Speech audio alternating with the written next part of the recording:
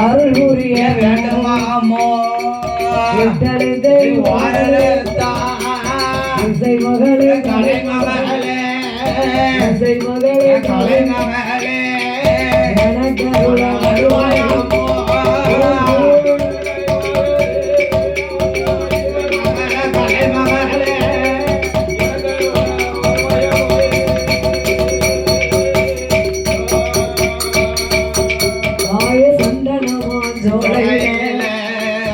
அவதாரம் செய்தவளே சக்தி கொண்ட சந்தனமாரி திருமகினி அருள் புரிவா அம்பிகையே முத்தாரம்மா முன்னால் வந்து அருள் புரிவா அட்டகாடி கதை படிக்க ஆண்டவனே அருள் புரிவா சக்தியோட கதை படிக்க சக்தியோட கதை படிக்க சங்கரரே அருள் புரிவா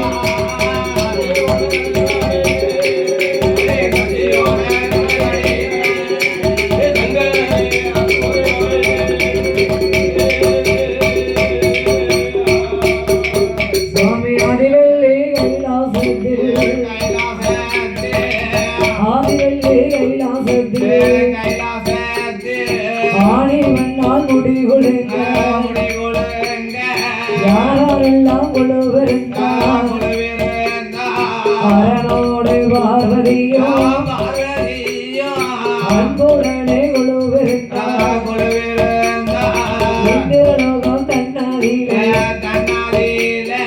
இந்திரரும் சந்திரரும் சூரியரும் கொழுவிருந்தார் பிரம்மலோகம் தன்னாரிலே பிரம்மாவோடு சரஸ்வதியோ பிரியமுடன் வைகுண்ட லோகத்திலே பச்சை மாலோ லட்சுமியோ பச்சை மாலோ லட்சுமியோ அங்க பவசுடனே கொடுவே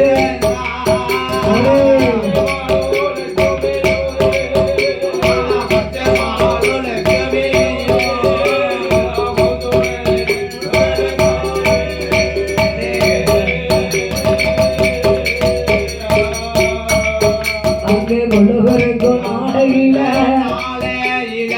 கைலாச வாசலில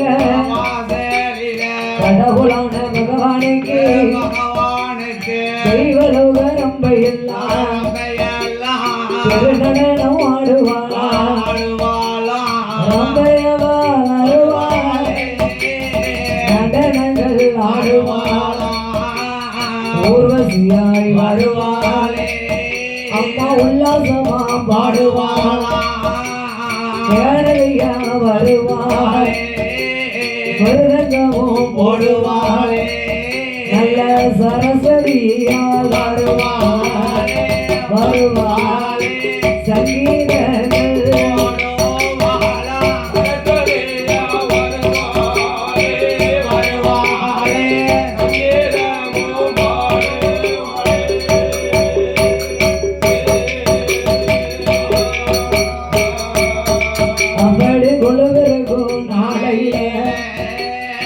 கைலாச வாசலில கடவுளான சிவபெருமான் நீரேலே உலகமெல்லாம் ஈஸ்வரனார் தான் படைத்து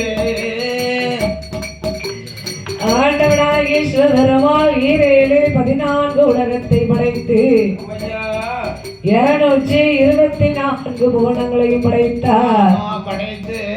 7 சத்தாசாரங்கள் ஆகப்பட்ட கடல்களையும் படைத்து கல்லுக்குள் இருக்கும் தேவையும் பைக்குள் வாழும் சிசுவையும் படைத்தார்.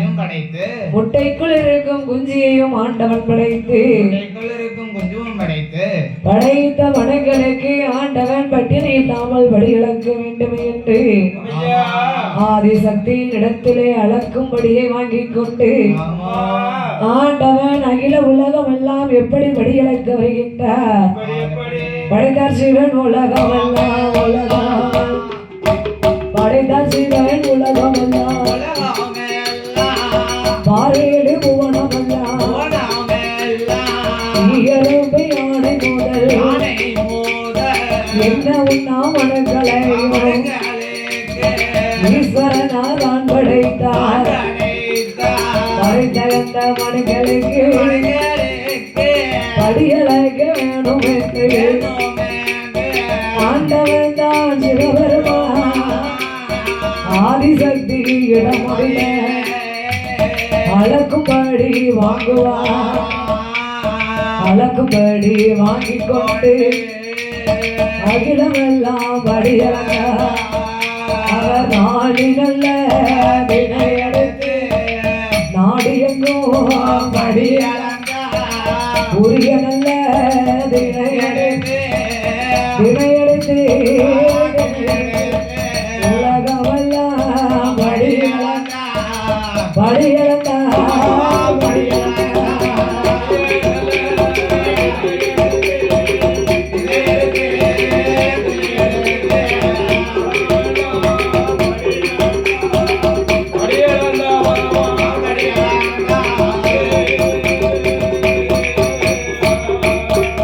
அவரோ ஆளாகி திரையெடுத்து அகிலமெல்லாம் படியல மறக்க நல்ல திரையெடுத்து மாநிலமோ படியல படியலந்த நல்ல பகவான் கைலாசோ ஈசன் மாறவோ கண்ணன் தங்கை பாரதியா பகவானை போ வருவார் வருவார் என்று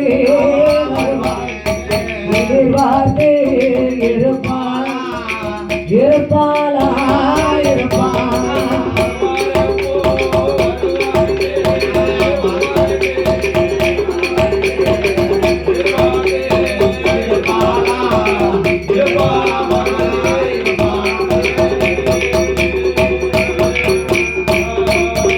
அவளோ எதிர்பார்த்து இருக்கும் போது ஈசனான சிவபெருமான் கைலாசம் வாராய் வந்ததொரு பகவானுக்கு ஆதிசக்தி பார்வதியா தங்க நல்ல தாம்பளுக்கு பகவானை நிக்க சொல்லி பாரிஜாத மலரெடுத்து கெண்டியில ஜலமெடுத்து கிருபை உள்ள பகவானுக்கு பாத பூஜை முடிப்பான் பணிவடைகள் செய்வான் படியளந்த பகவானுக்கு பால் வளங்கள் கொடுப்பான் இறையளந்த ஈசனுக்கு இலைப்பாரி கொடுப்பான் அப்படி கலைப்பாரி நல்ல இலைப்பாரி இலைப்பாரி கையில கொடுவே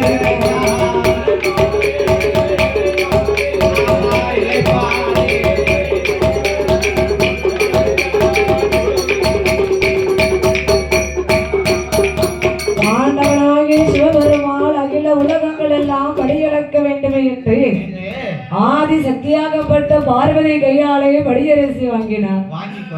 நாளை தினை எடுத்து நாடு எங்கும் படியளந்தார். உரிய தினை எடுத்து உலகமெல்லாம் படியளந்தார்.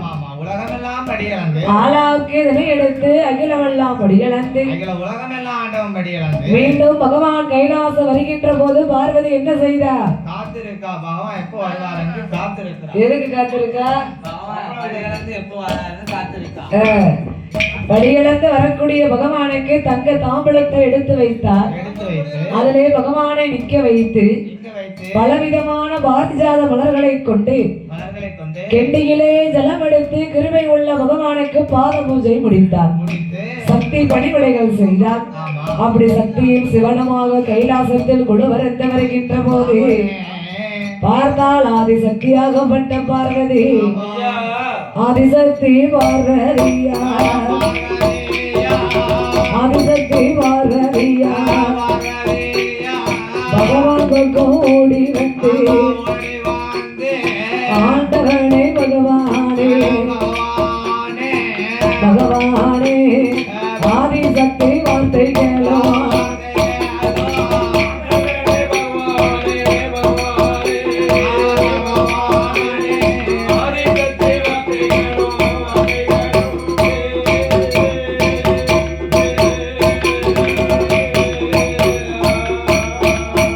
ஏ ஆண்டவனே பகவானே ஆதிசக்தி வார்த்தைகளும் இந்த கைலாசம் தன்னடிய நாவலியே பேர்களுமே அங்க சொக்கட்டங்கால் மண்டபத்தில் சோவி நிலையை ஆடணுமே அந்த பாரதியோ சொன்ன போது பகவானோ யாரு சொல்ல அப்படியே ஆண்டு வென்று சொக்கட்டங்கால் மண்டபத்தில் அங்க சொக்கனோ பார்வதியோ அங்க சொக்கனோ பார்வதியோ அங்க சோவி விடையை ஆடுவாரா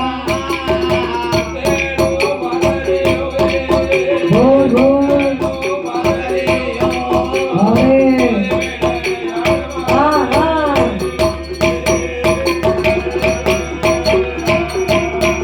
அவளோ சோவி விடையை ஆடும் போதே சொக்க தேவி பார்வதியா பகவானோட இடம் அறிய ஏ ஆண்டவா வரம்பொருளே பரமேஸ்வரா ஈரேழு உலகம் எல்லாம் நீங்கள் வழியிழந்து இப்போதுதான வந்தீர்கள் அதனால் நாங்கள் 2 பேர்களும் பெருந்திருந்த களைப்பு தேர சொக்கத்தங்கால் மண்டபத்தில் சோதிகள் விளையாடணும். பார்வதி சொன்ன உடனே பகவான் வார்த்தை பேச முடியுமா? உடனே அப்படியே ஆகட்டும் என்று பகவான் பார்வதி 2 பேர்களும் சொக்கட்டங்கால் மண்டபத்திலே சோவி விளையாடுகின்றார். சோவி விளையாடும் போது பார்வதி வாயை வச்சுக்கிட்டு சும்மா இருப்பாளா? இருக்க மாட்டா. உடனே பகவானை அழைத்தார்.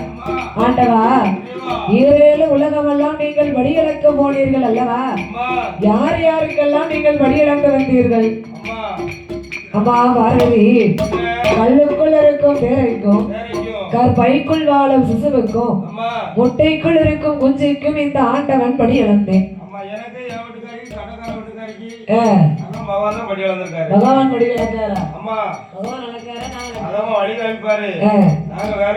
சரி, அதான் வாயால சொல்ல மாட்டேங்கானே. அதானே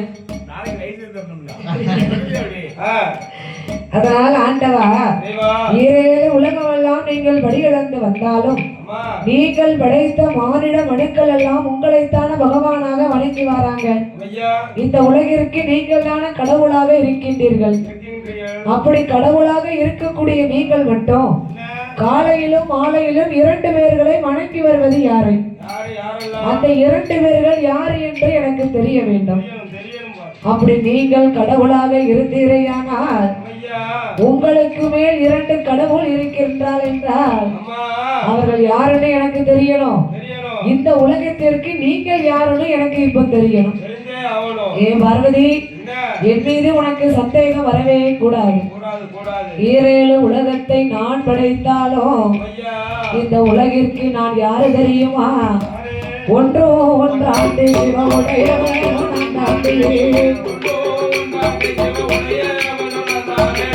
ஒன்றோ ஒன்றாண்டு சிவ உடையவனோ, இரண்டும் 2 ஆண்டு ஈஸ்வரனோ,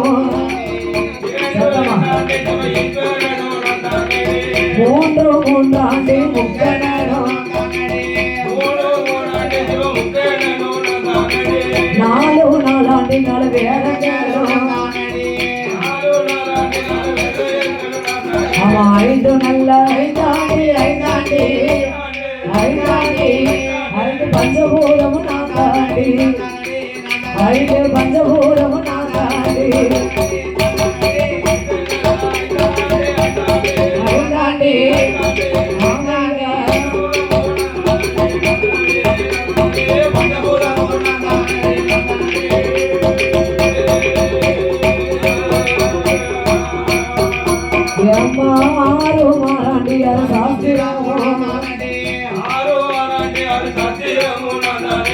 7 சமுத்திரமோ,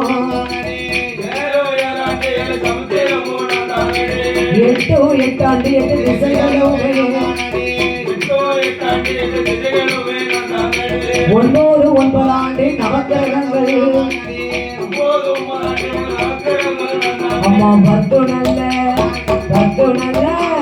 பத்து நல்ல வத்தாண்டி வத்தாண்டி வத்தாண்டி ஓ பகவானோ நான் தாண்டி பார்வதி பகவானோ நான் தாண்டி ராமம்மா ஓடம்மா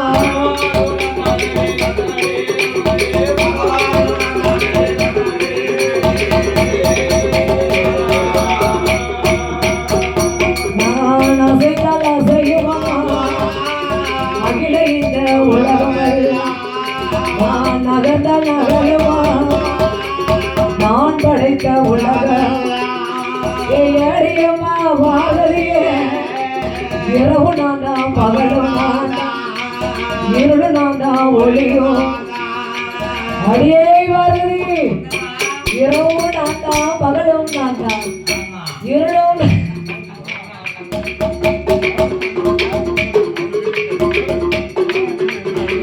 இரவும் நான் தான் பகலும் நான் தான் இருளும் நான் தான் ஒளியும் நான் தான் சூரியனும் நான் தான் சந்திரனும் நான் தான் நான் இருந்தாத்தான் இந்த உலகமே அசையும் நான் நகர்த்தால் மட்டுமே நகலும் அம்மா நான் படைத்த உலகம் எல்லாம் நான் அசைந்தால் மட்டுமே அசையும் அம்மா நான் அசைந்தால் மட்டுமே அசையும் அகில இந்த உலகங்கள் எல்லாம் நான் நகர்ந்தால் மட்டுமே நகலும் நான் படைத்த 14 உலகங்கள் எல்லாம் ஆண்டவா இத்தனைக்கும் அர்த்தமாய் நீங்கள் இருந்தாலும் காலையிலும் மாலையிலும் நீங்கள் இருவேர்களை வணங்கி வருவது யாரை? அந்த 2 பேர்கள் யாருன்னு எனக்கு இப்போதே தெரியணும்.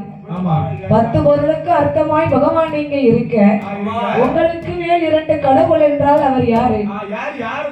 அது எனக்கு இப்போதே தெரிய வேண்டும் என்று பார்வதி ஒத்த கால் அடிக்கிறார். பார்வதி என் மீது உனக்கு சந்தேகம் வரவே கூடாது.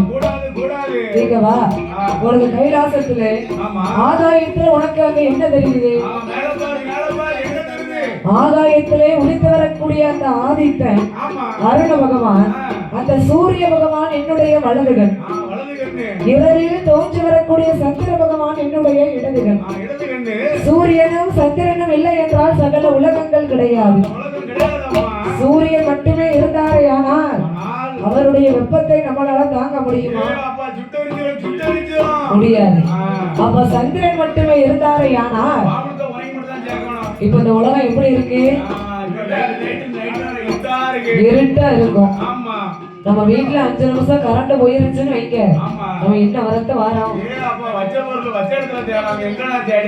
எங்க நிக்கும், என்ன செய்தோம்னே தெரியாது. அப்ப 5 நிமிஷம் கரண்ட் போனாலே நம்ம அந்த வரத்து வாரோம். அப்ப சந்திரன் பகவான் மட்டுமே இருந்தாரே ஆனால் இந்த உலகம் இருட்டாகவே இருக்கும். அதனால் மக்களால யாராலையும் வாழ முடியாது. அதனால்தான் சூரியனும் சந்திரனும் என்னுடைய 2 கண்களாகவே நாம் வணங்கி வருகின்றோம். இதே பார்த்தால் பார்வதி ஆண்டவனுடைய வலதுகன் சூரியனாக இருந்தாரே ஆனால் இடதுகன் சந்திரனாக சக்தி நாங்கள் தானே இருக்க முடியும். ஏன்? அன்று ஒரு காலத்திலே தன் உடம்பில் சரிபாதியாக பகவான் பங்கு எடுத்துக் கொண்டார். அப்ப வலது பக்கம் சிவன், இடது பக்கம் சக்தி பார்வதி. வலது பக்கம் சூரியனாக சிவன் இருந்தாரே ஆனால் இடது பக்கம் சந்திரனாக சக்தி நாங்கள் தானே இருக்க முடியும். இதனை இப்போதே பரிசோதித்தாக வேண்டும் என்று ஆதி சக்தியாகப்பட்ட பார்வதி பகவானுக்கு பின்னாலே ஓடோடி வந்து அவருடைய 2 கரத்தினால் பகவானின் திரு கண்களை மறைத்தார். பகவானின் கண்களை மறைக்கும் போது இந்த உலகம் எப்படி இருக்கின்றது? ஈரேழு உலகமெல்லாம், ஈரேழு உலகமெல்லாம் இருமயமாக, 7 உலகமெல்லாம் பாலடைந்து பகவானோட கைலாசம் பாலடைந்து அரனாரோட கைலாசம் அருளுமில்லை பொருளுமில்லை சிவனாரோட கைலாசம் சிவனாரோட சிவமயமே.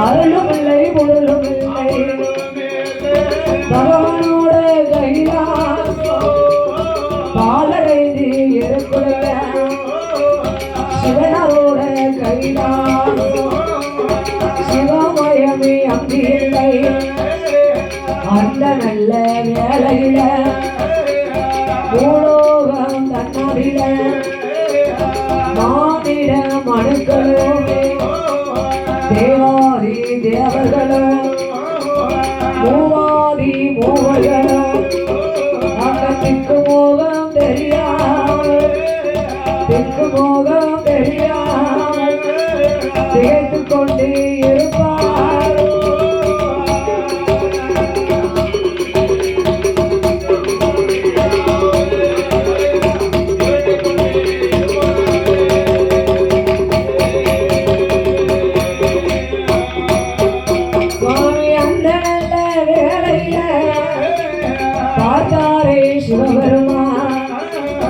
இந்த பார்வதா தேவி எத்தனை சொல்லியும் கேட்காம நாங்களுடைய இரண்டு கண்களையும் மறைத்து விட்டார். நமக்கு இருக்கும் இரண்டு கண்கள் தானே தெரியும். நமக்கு இருக்கக்கூடிய இன்னொரு கண்ணாகப்பட்ட அந்த நெற்றிக்கண்ணின் மகிமையை இந்த பார்வதிக்கு இன்னைக்கு நாம தெரியப்படுத்தோம். எங்க ஆண்டவனாகிய சிவபெருமான் நெற்றிக்கண்ணை அன்னைக்கு தான் திறந்தார். அவர் நெற்றிக்கண்ணை திறக்கும் போது இந்த உலகம் எப்படி இருக்கின்றது? வந்தான் பகவான் நீலகண்ட பகவான் அவர் நெற்றிக்கண்ணை திறப்பார். நெற்றிக்கண்ணை திறந்த போது அவர் திறந்த போது உலகம் நீண்ட ஒளியார்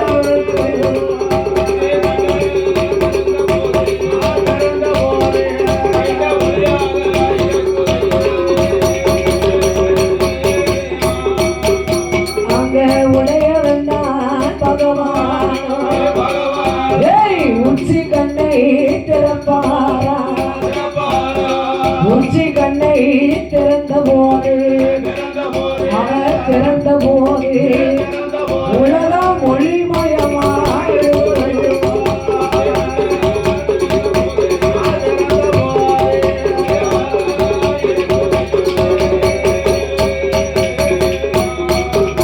சாமி அந்த நல்ல வேளையில ஆண்டவனாகிய சிவபெருமான் நெற்றிக்கண்ணை திறந்த போது இந்த உலகம் நீண்ட ஒளிமயமாக காணப்பட்டது. உடையவன் பகவான் உச்சிக்கண்ணை திறந்த மகிமையினால இந்த உலகம் ஒளிமயமாகவே காணப்பட்டது. அப்படி ஆண்டவன் ஆகார சொரூபத்தோடு உச்சிக்கண்ணை திறந்த போது உச்சி கண்ணிலே இருந்து ஒரு பெண் கொடியால் வந்து பிறந்தார். அவள் எப்படி வந்து பிறந்தாள் தெரியுமா? உச்சி கண்ணே தன்னடில பெண் கொடியால் தான் பிறந்தார். வீர பல்லோ விரிசடையோ விரித்தாடும் தலைமுடியா போறவாயா போற பல்லா போற முக தன்னழகு அப்பு நல்ல சடையோடு ஆயிரம் கண்ணோடு ஆங்கார சொருபத்தோடு காளி நல்ல வடிவத்தில காளி வடிவத்தில ஒரு பெண் கொடியா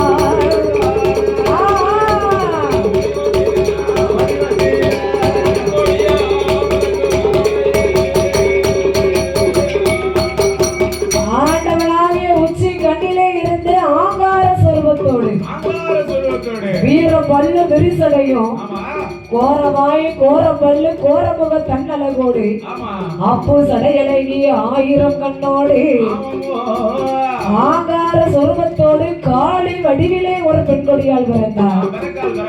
அந்த பெண் கொடியாலை ஆண்டவன் அழைத்து எப்படி பெயர் நாமம் கொடுத்தார்? வாடியம்மா பெண் கொடிய உச்சி கண்ணில் வந்து பிறந்ததாலே பிறந்ததால உனக்கு உச்சிமா காலில் ஒரு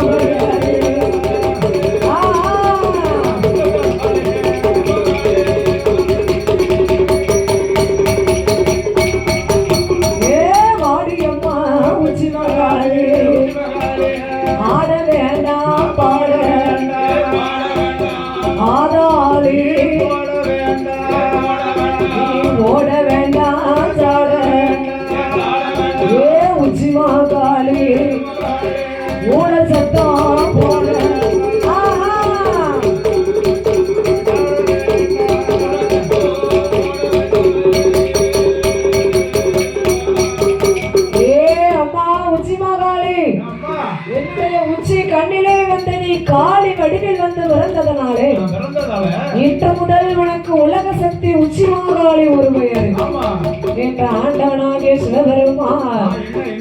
ஏ அம்மா உச்சிமாகாளி, நீ ஆட வேண்டாம், பாட வேண்டாம், ஆதாளி ஓட வேண்டாம், நீ ஓட வேண்டாம், ஜாட வேண்டாம், ஊழச்சத்தம் போட வேண்டாம். அம்மா, நானே என்னைக்கு அழைத்து உனக்கு வரம் தருகின்றேனோ அதுவரைக்கும் என்னுடைய கைலாச வாசலில வடக்கு முகமாகவே அமர்ந்து கொண்டு நீ வடபத்திர காளியாக, வடக்குத்தி அப்பனாக, வடக்குவா செல்வி அப்பனாக கொடுவரைத்து வருவாயம்மா.